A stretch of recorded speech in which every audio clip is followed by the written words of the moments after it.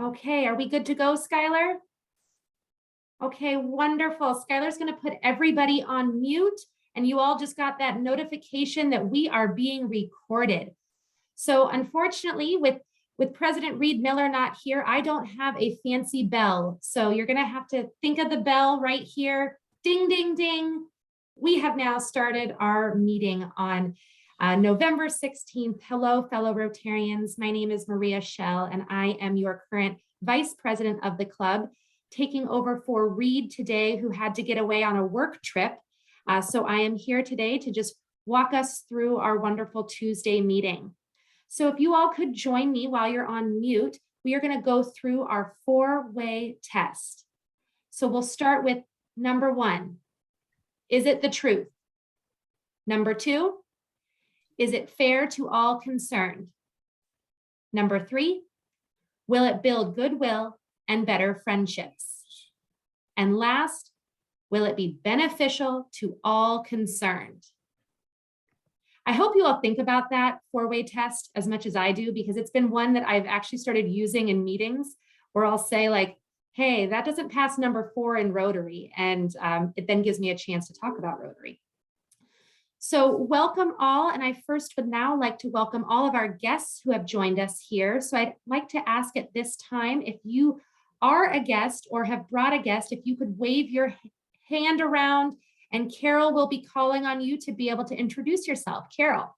Thank you. Vailey, would you please introduce yourself? I am happy to. Good afternoon, everyone. I'm Vailey Oehlke. I'm the Director of Libraries for Multnomah County. Super happy to be here. And Trang? Hi, everyone. My name is Chang Ho. I'm the co-founder and CEO of massafresh.com. I was an exchange student in Walnut Creek, California. I'm originally from Vietnam, and I was an exchange student when I was 16 in Walnut Creek, California, and always kind of come and said hi to the club there. But I never thought about checking out the Portland club, so I just wanted to drop in and say hi. Well, welcome, Chang. Cole Merkel. Hi, everybody. Cole Merkel, Deputy Director of Here Together, and I'm going to be on the agenda in just a minute.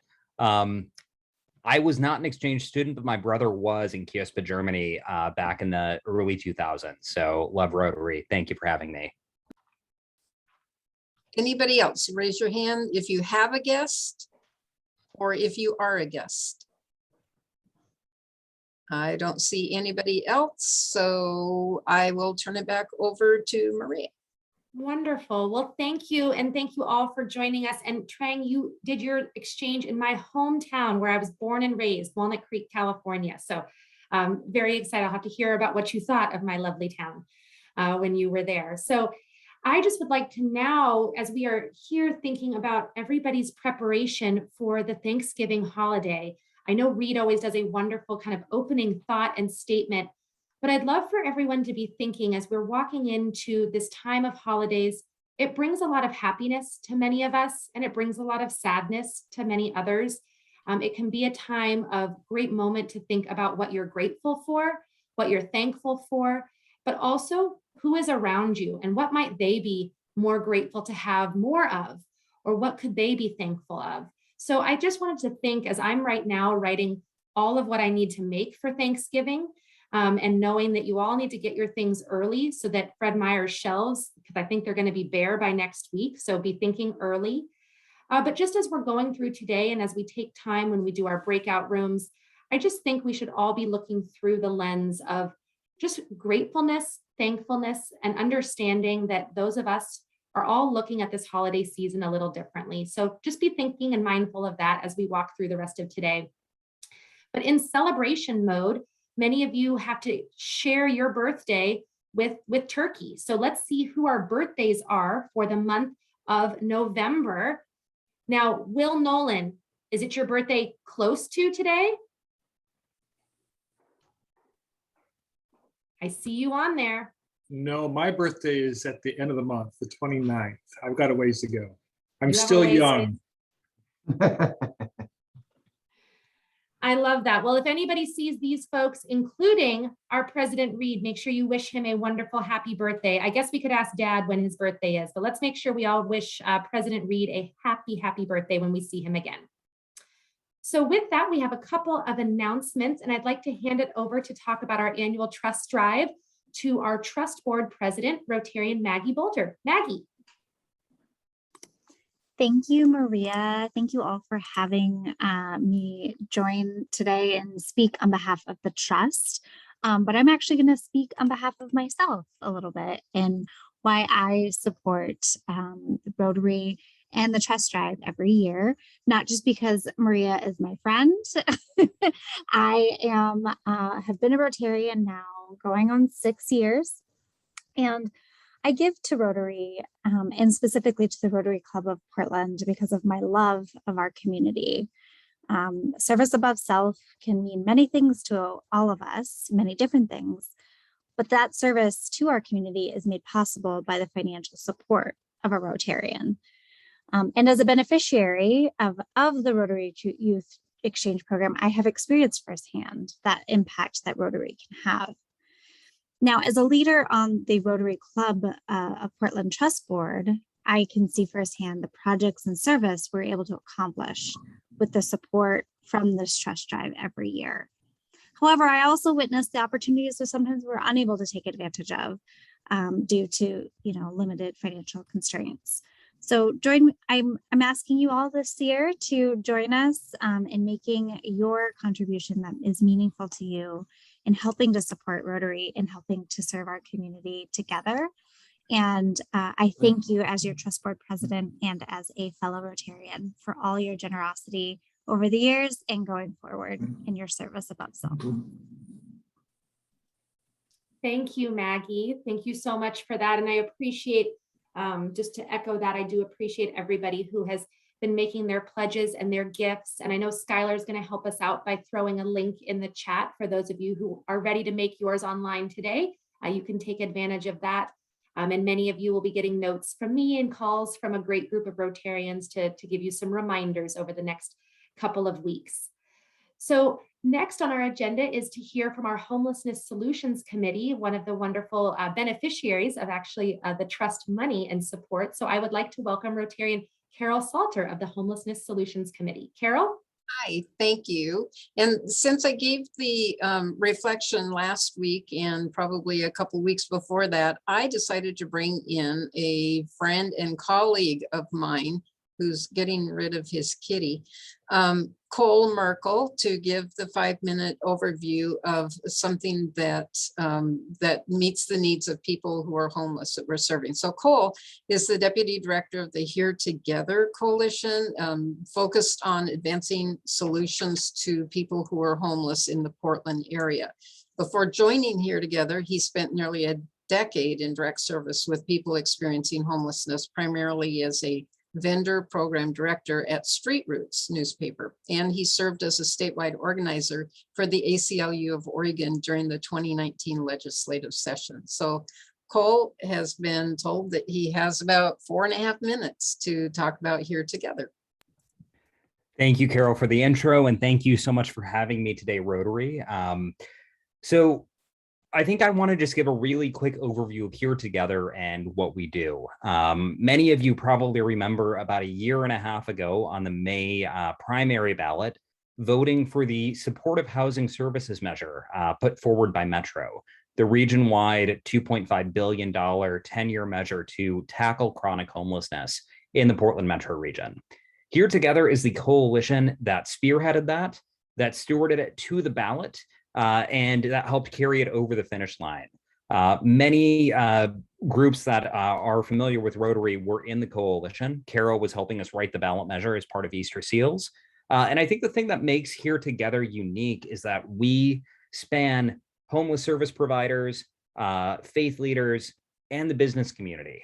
We had Portland Business Alliance and Business for a Better Portland at the table with advocates helping to span and find common solutions and common ground, grounded in the fact that we know that we need to address our homeless crisis at scale, and we need to do it by investing in proven solutions.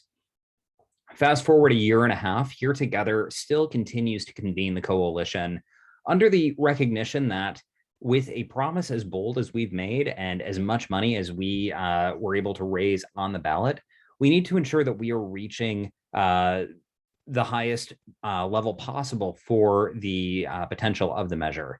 And therefore, we continue to convene our large coalition on a regular basis to both track implementation, understanding that it's happening at 4 different government levels across the region, and to move forward with solutions and common language and the shared communications around what it will take to truly address homelessness with permanent long-term solutions. I have a call to action for you all today because for the last couple of months, we have been pulling together with the help of our broad coalition, a number of proposals, policy proposals for near-term solutions to our homeless crisis. I think many of them will be things that many of you on this call agree with and see that we need to be moving toward. Everything from providing better opportunities for sanitation for people sleeping outside now, to increasing our housing stock by, for example, buying more hotels, converting potentially office buildings, getting our long-term rent assistance program that's part of the measure out the door as quickly as possible to really support people who are on the streets to get into and stabilize housing, and to expand outreach and to increase our accountability, transparency, and collaboration. We have finalized this letter. These policy proposals, and we are working at the moment to get support on them. So we would love to have as many of you sign on to support these policy proposals as possible. I just dropped a link to the proposals in the chat box and a link to sign on to the letter that supports them. If you have any questions, you can reach out to me at cole@heretogetheroregon.org or visit our website, which is heretogetheroregon.org. Carol, I think that was a little less than 4 minutes, so I think we're good. Thank you. We're always happy to give time back to the group. Thanks, Cole. Thank you, Cole, and thank you, Carol, for the work that you're working on with the Homelessness Solutions Group and helping to bring new information to all of us Rotarians. So thank you very much to both of you. I'd like to move to our reflection of the day, and I'm going to hand it over to Rotarian Susan Cooksey, who will be presenting this week's reflection. Susan.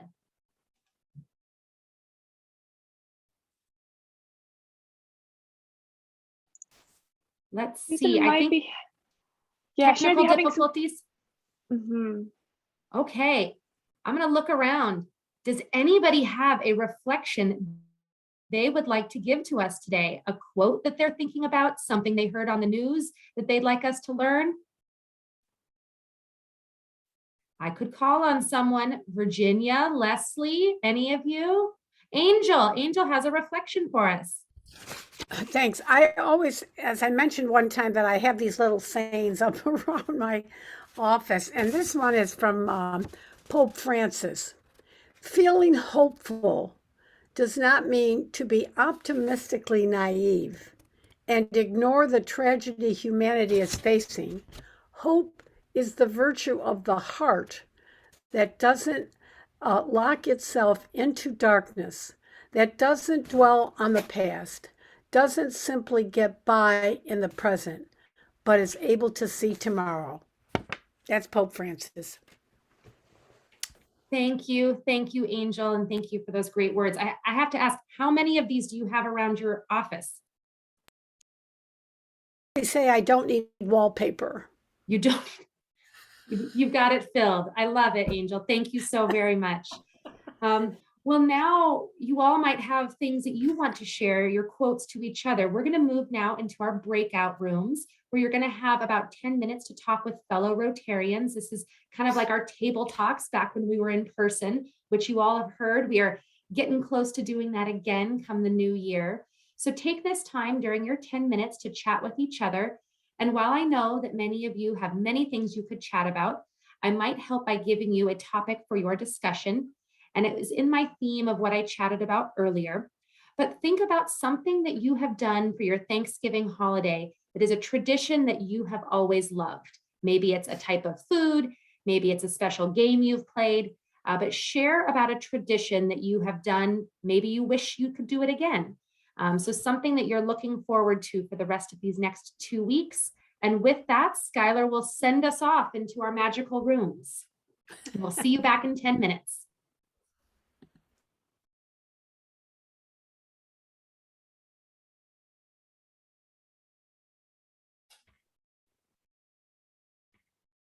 Hello, everyone, and welcome back. I'm looking to see, did our numbers pop all the way back up? Yes, we are all back and out of your breakout rooms. I hope you all had a wonderful, lively discussion and enjoyed the opportunity also to get to see your fellow Rotarians. So moving right on, I now have the opportunity to welcome our chair of the day. So I'd like to welcome Rotarian Cole Mills. Cole? Hey everybody, happy Tuesday. Glad the sun's shining in for everybody today. So yeah, I have the opportunity and the pleasure to introduce our speaker today. Vailey and I go back about 20 years. She's known me since I was just a wee pup. And I've been involved just kind of in a cursory way with the libraries through knowing Vailey for all the years. And part of the reason that I asked Vailey to join us today is she graciously asked me to join the advisory committee when they were reviewing the bond options for Multnomah County Library. And so I got an opportunity to kind of look under the hood a little bit and learn a lot more about how our libraries function in Multnomah County. And I think that I've always told people that we really have a shining star of an example of how libraries can function in a city. And Vailey is a really big piece of why that is. So I asked Vailey to come and talk because obviously COVID had a massive influence on how the libraries have functioned over the last couple of years. But during that time in 2020, we also did pass this massive bond that's going to completely transform the way that we deliver library services to our entire community. So I just thought it was a really relevant topic. I thought it was timely. And I think Vailey is going to give a great speech. But just to give her a more formal introduction with her bio, Vailey was appointed the Director of Libraries from Multnomah County in 2009. She's a longtime resident of Portland. She began her career at the library in 1997, actually, as a youth librarian in the Multnomah County Library School Corps. After 6 years, she joined the staff at the Downtown Central Library, first as a section administrator, then as director.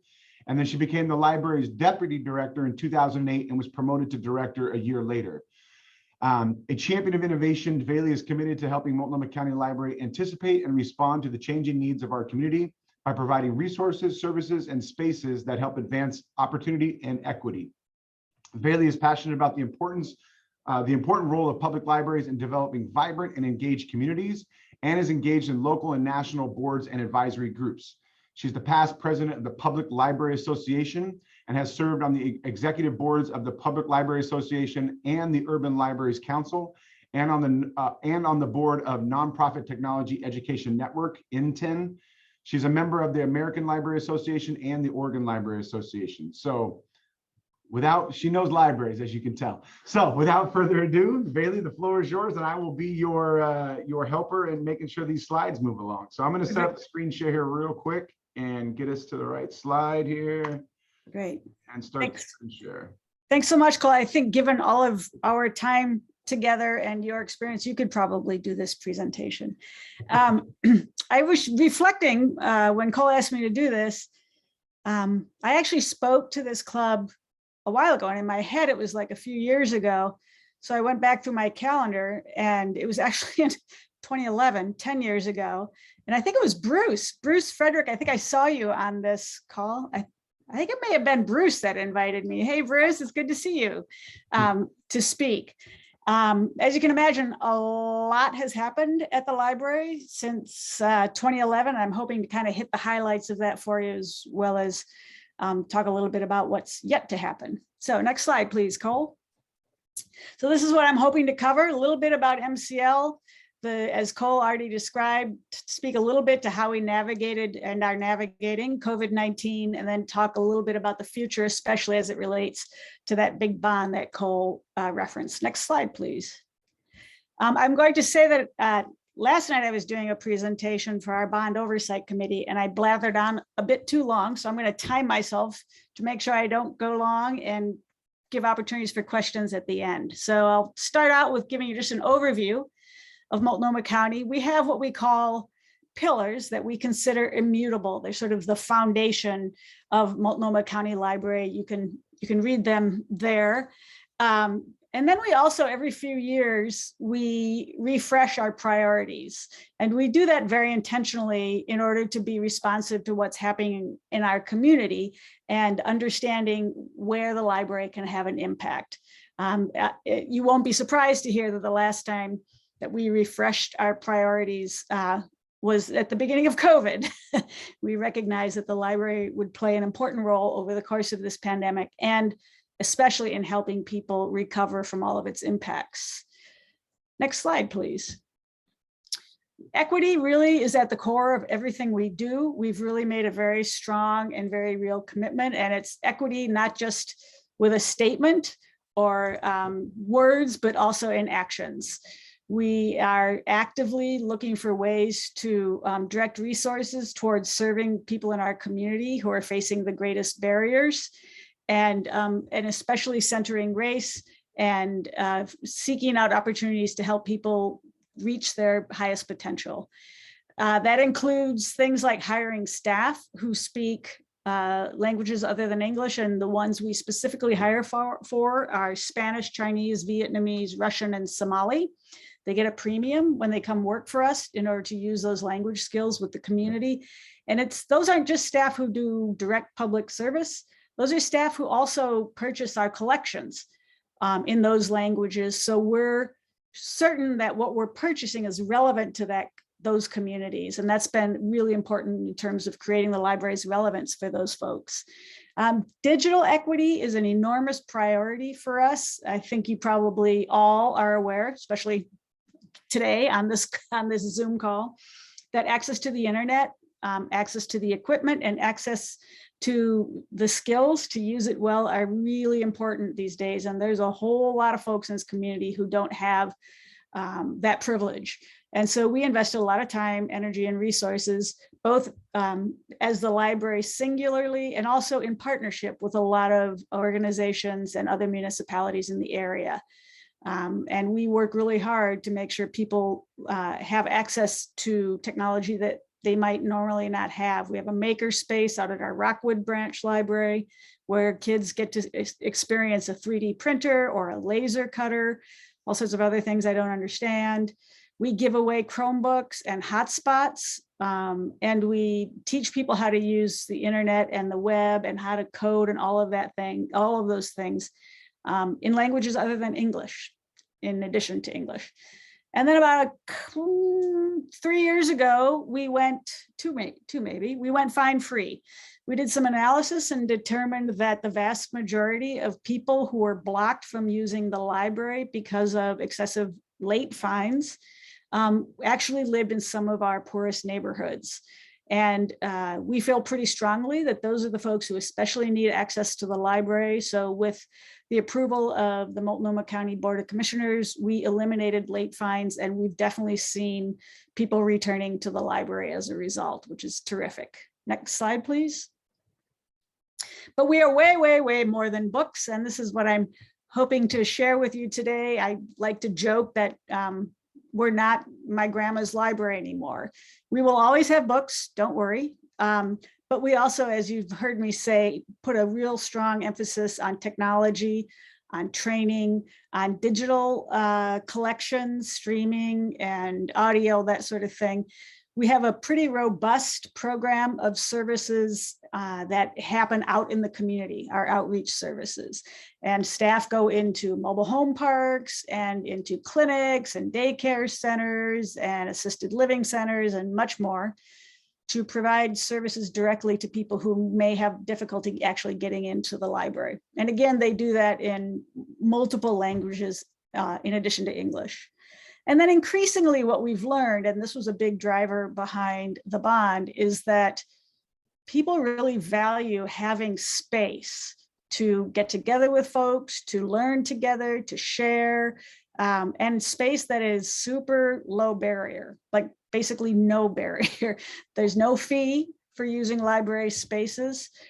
People don't have to belong to a group to use those spaces. They belong to the public, to all of you. And that has become increasingly valuable for members of our community. Next slide, please. So I want to talk a little bit about what happened to the library in response to the pandemic. I'm sure you can imagine it, like everyone and every organization, we struggled with some pretty significant impacts. Next slide, please. The first thing we did once we closed, actually the first thing we did was we formed a response team of people to figure out what the heck we were going to do in response to COVID, and pretty early on made the decision to close all of our public buildings. So in March of 2020, I made what I still consider the hardest professional decision I've ever made, which is to close all of those buildings to the public. And they remain closed for 541 days. I think a lot about that because at the beginning, I think we all thought, well, this will be maybe a couple months, it won't be so bad. And then as it went on, I was trying to prepare staff for the fact that it might well last much longer, and it did. And that had a huge impact on what we were able to do and what our staff were doing. Right out of the gate, we engaged in the county's emergency response efforts. We had staff out at that makerspace at the Richland Library who were making masks and face shields with all of that equipment, the 3D printers and the sewing machines we have out there, and then distributing them out to the community. We had a lot of employees who shifted to working in shelters and supporting the county's emergency operations center. You can see there about 24,000 library staff hours.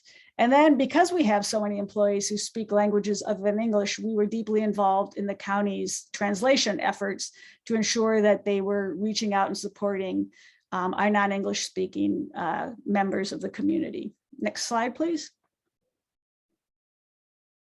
So these are just some photos of all of that in action. The top left is several of our staff at the one of the shelters that was stood up for people who are living on the streets during at the beginning of COVID. Some staff delivering supplies, printing masks, all of that kind of thing. It was kind of an amazing all hands on deck and really quick pivot. Next slide, please.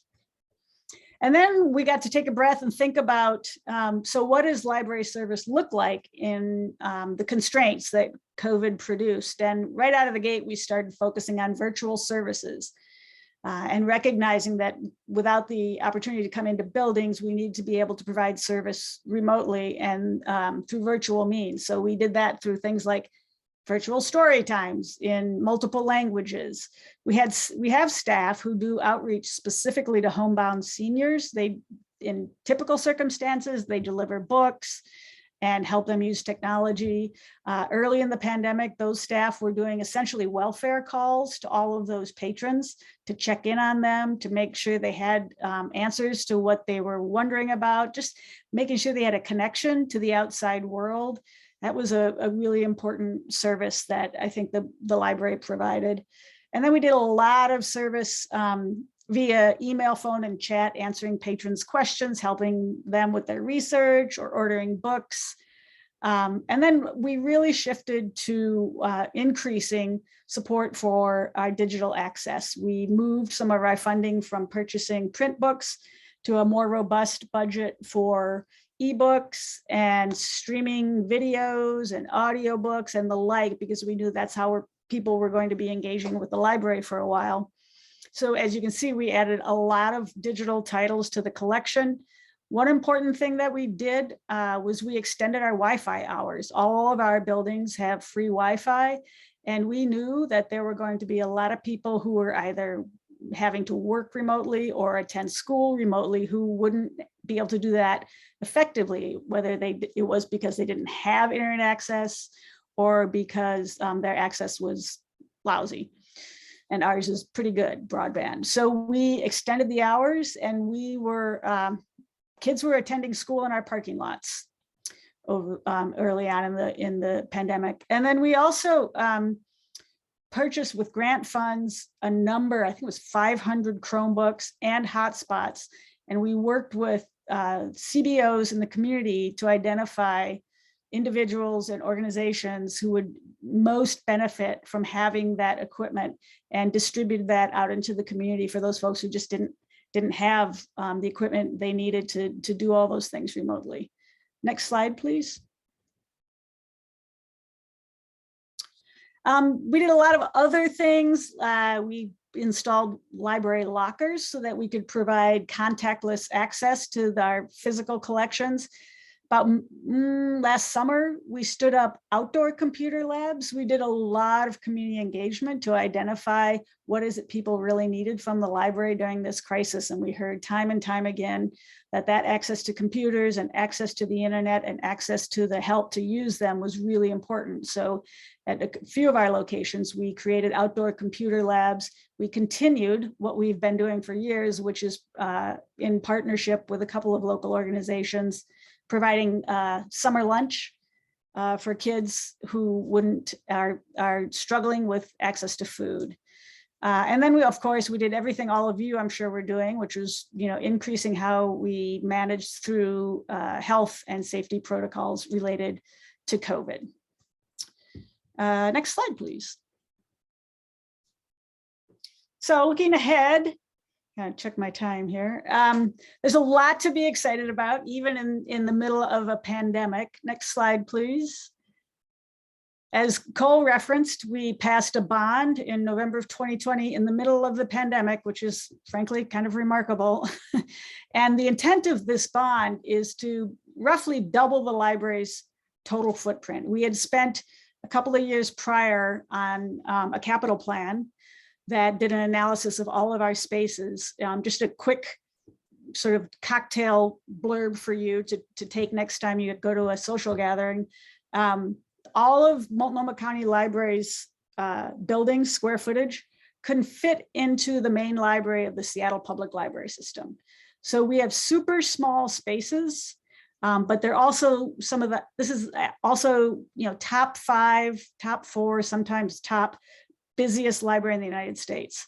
So that tension was just becoming more and more problematic. And those buildings weren't set up for the kinds of uses that people are expecting now. We also recognized that we had a significant inequity in terms of access to library space based on geography. I think the last time I looked, about 40% of Multnomah County's population lives east of I-205, and approximately 20% of the library's footprint exists east of I-205. And those of you who are familiar with Mid and East County, there are communities, large concentrations of communities who are struggling. And so that is an area we want to be sure we're really serving well. And we're going to do that, hopefully, not hopefully, we will, by building a flagship library. And I'll speak to that in a minute. We also want to eliminate leased spaces wherever that is possible. We have 6 of them now, and with this bond, we're looking to eliminate 2 of those and turn them into owned property. And then, as I mentioned earlier, we're just really needing to update our library spaces and modernize them and make them more functional with the kinds of uses that people are expecting of them. I think the least sexy, although every time I say this, people refute this, I think sort of the least sexy project in all of this, all of these 9 projects is a centralized sorting and distribution center that we're building in Mid-County to create some really significant efficiencies for us in terms of materials movement. As I mentioned, we have some of the highest checkout rates in the United States, and we haven't taken advantage of technology and better space to really create greater efficiencies about how those items move around the system. So this will give us a centralized space for that. We'll be installing automated materials handling equipment to make all of that much more efficient, and which will in turn mean people get their stuff faster. And so you'll see a photo of it in a minute. We've already purchased that property and are beginning the design process for that. Next slide, please. Really quickly, Vailey, not to interrupt, but considering all the supply chain issues that we have in the world right now, that's probably really sexy, having a centralized distribution center. Yeah, definitely cool. The supply chain has become my least favorite term of late. So, as we think about those spaces, we're really looking for spaces that are more accessible. We're hoping to really look at universal design opportunities for those spaces so people of all abilities can use them well, and really addressing the needs of people facing the greatest barriers. I mentioned our commitment to really addressing the needs in East County. And then, having more space that aren't filled with bookshelves means that we'll have more space for community and author events, for programs that people can attend for free that are in high demand. That notion of no cost meeting space. Our largest community space right now is at Central, and it holds 100 people. I mean, it's just not enough. And it's always booked. All of our meeting rooms are always booked. And then thinking about 21st century spaces, things like a maker space where kids and adults get exposed to new technology, possibly recording studios, video and audio, and creating opportunities for folks who might not otherwise have those opportunities. And then really focusing on resources and tools for entrepreneurs and small business owners who are really trying to get their feet under them as we move out of this pandemic. Next slide. So these are the bond projects. I want to note, because we're so darn clever and we're a library, we decided to break them into literary chunks. So there's the preface, which is the operations center that I mentioned earlier. That is fully underway. Chapter 1, all of these projects are all also underway. The Holgate Library, Midland, North Portland, and Albina. Albina and Holgate will be brand new buildings.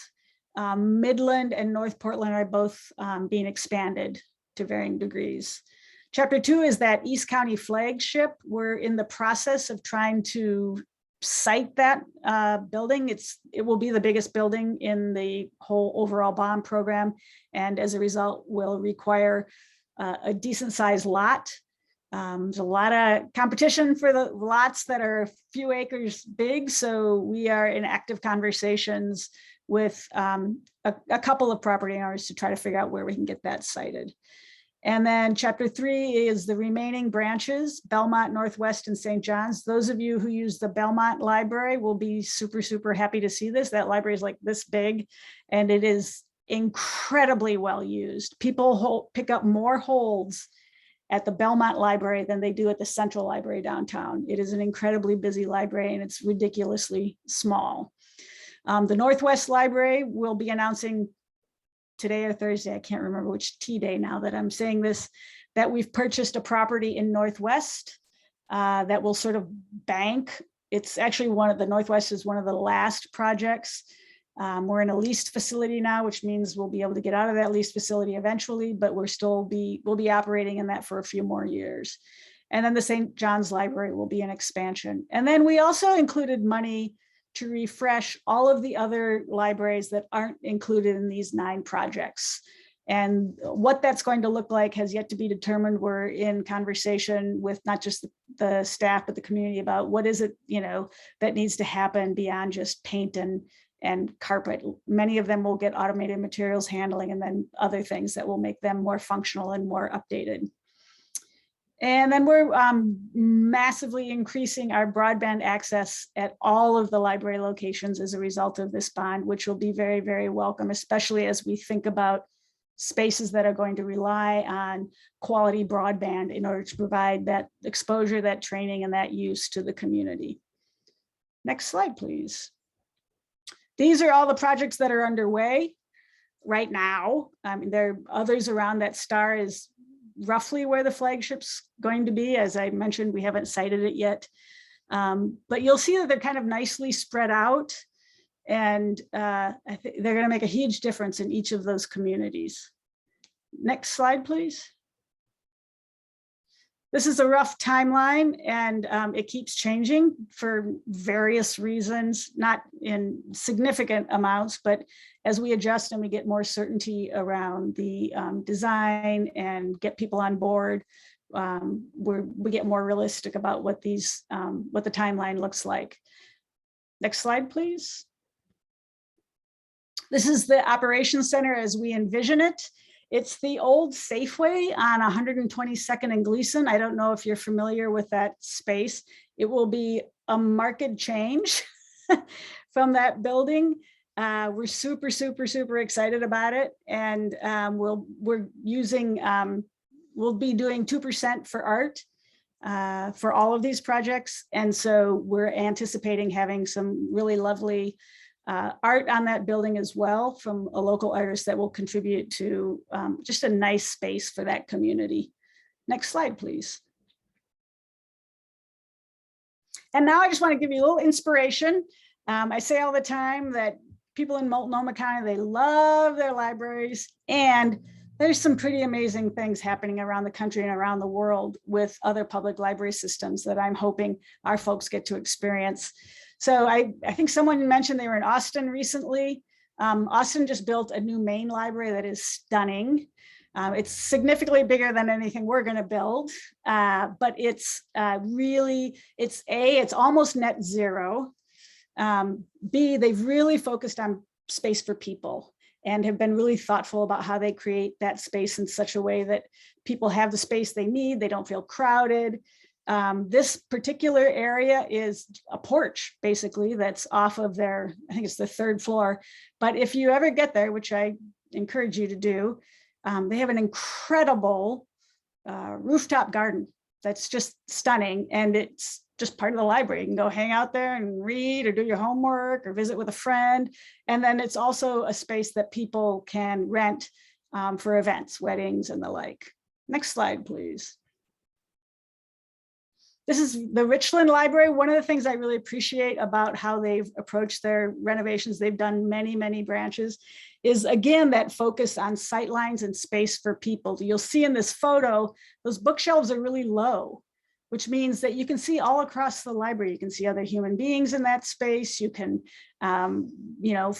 see natural light. And that's something we're hoping to do as well in terms of how we create spaces that aren't dark and enclosed by tall bookshelves. Next slide, please. This is the Calgary Public Library. If any of you get to Calgary, I strongly encourage you to go to this library. This is a really amazing project that was built entirely by the city of Calgary, because Calgary really understood that this particular area in which this library is located, this library would serve as a catalyst for really enlivening, is that a word? Activating that area and getting people into that community. And it's proven to be the case. They even worked with their public transit agency, and their light rail runs right beneath the library. It's in a beautiful, incredible space. Next slide. Dayton, Ohio. They used some architects that actually worked on our framework, our capital planning framework. And again, just pointing out how much airier and sort of people focused this space feels, lots of natural light and lots of space, different kinds of seating and spaces for people to experience the library, whether privately or in groups or out in the open. And then the last slide, I think it's the last slide. If you ever get to Denmark, and in particular to Aarhus, Denmark, this library, I think, is a gold standard for public libraries. It's their main library, again, much bigger than anything we will build, but they did just an incredible job of both engaging the community on what they wanted those spaces to be, and also really highlighting the connection between the public library and the community and what an important community asset it is. And I just want to share one quick piece of the way they reflected that is in their main foyer. When you walk into that library, they have this huge gong that's like 2 stories high. And people in hospitals who are having babies, if they want to, they can click a button that causes that gong to make a sound in the library, so that people understand who are in the library, A, that someone new was just brought into the community, and really get that there's this sort of shared community experience, and that the library as a collective community asset is part of that experience. It's just like that kind of thoughtfulness is, to me, is pretty remarkable. So I think I'm pretty darn close to my time. Maybe we have a few more minutes for questions. We have 2 questions right off. Funda first. Oh, hi. I already put it on the chat, but I was just wondering what your protocol is for book donations in languages other than English. We love I know them. we have limited shelf space and everything. Yeah. Who decides and how and all that? So we have a really active and robust friends group that we're super happy about, the Friends of the Library.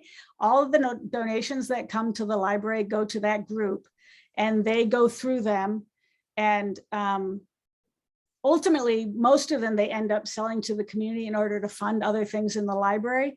We don't typically take donations and put them in the library collection, largely because we have such a huge collection and we're so busy. When we order books, we get them pre-processed so that our staff aren't having to do all the things that make them available in the actual collection, which is actually quite a bit of back of the house work. So there are occasions when, if something's particularly rare or unusual, that we will put it in the collection. But we also take patron suggestions. So if there are holes in our collection, we really welcome them, those suggestions, so that we make sure that our collection reflects the really varied needs of our community. Thank you. Yeah, and you can donate those books at any library location. Thanks. All right, Wes, you have a question. Yes, Vailey, thank you so much for your presentation, and particularly the dynamism and vision that you're displaying and leading the library. Back before pandemic, when I was actually in the library, and by the way, if you have not visited the Central Library and you get a chance, it was renovated a number of years ago, and they did just a wonderful job. It's a beautiful, beautiful building. But my question is, I noticed a number of people using the internet access computers who I sort of guessed this was their first time in the library, that they didn't usually frequent it. And is that true? And if so, did they start using other resources of the library, like books, films, etc.? And have you made any focused effort to cause that to happen? I suspect there are people in the library every day who haven't used it before. We have a lot of support for folks who haven't been in the library before and are needing technology. I guess we make a lot of focused efforts to serve people who aren't familiar with the library. We do computer classes, and we do provide one-on-one assistance and the like. We have at Central in particular, we focus a lot on serving people who are houseless, because we know that the library is a space that is accessible to them and where they'll be treated with dignity and respect. And then that's safe and dry and warm and all of those things. We do lots of programs to help those folks engage with the library. We do writers' workshops. We have what we call coffee and conversations, where the staff and others get to just sit down and have coffee and some patrons with people who are houseless to learn about what it means to live in that status. So there are a lot of things we offer. Some people really are proactive about seeking help, and others, like me, I must confess, I like to kind of fumble through on my own, but librarians are very much about helping people learn how to use the library. And you're right. I mean, often they may come in for a computer, but end up browsing the collection or attending a class or attending a program. I think that's often the case once people start to understand everything the library has to offer. I spend a lot of my time sharing with people what the library does, but beyond what we have experienced sort of iconically as we've grown up. There's just a lot more going on. Thanks. Well, Yeah. Thank you, Vailey, so much for your talk today and sharing all of this great Yeah. information with us about the library. And I'm super happy to hear about my library, the Belmont Library that you mentioned. That was pretty exciting. Good.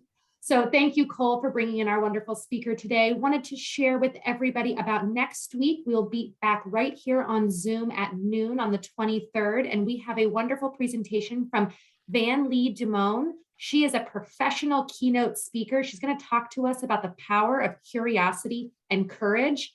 And I looked her up. She's also a professional Lego play facilitator.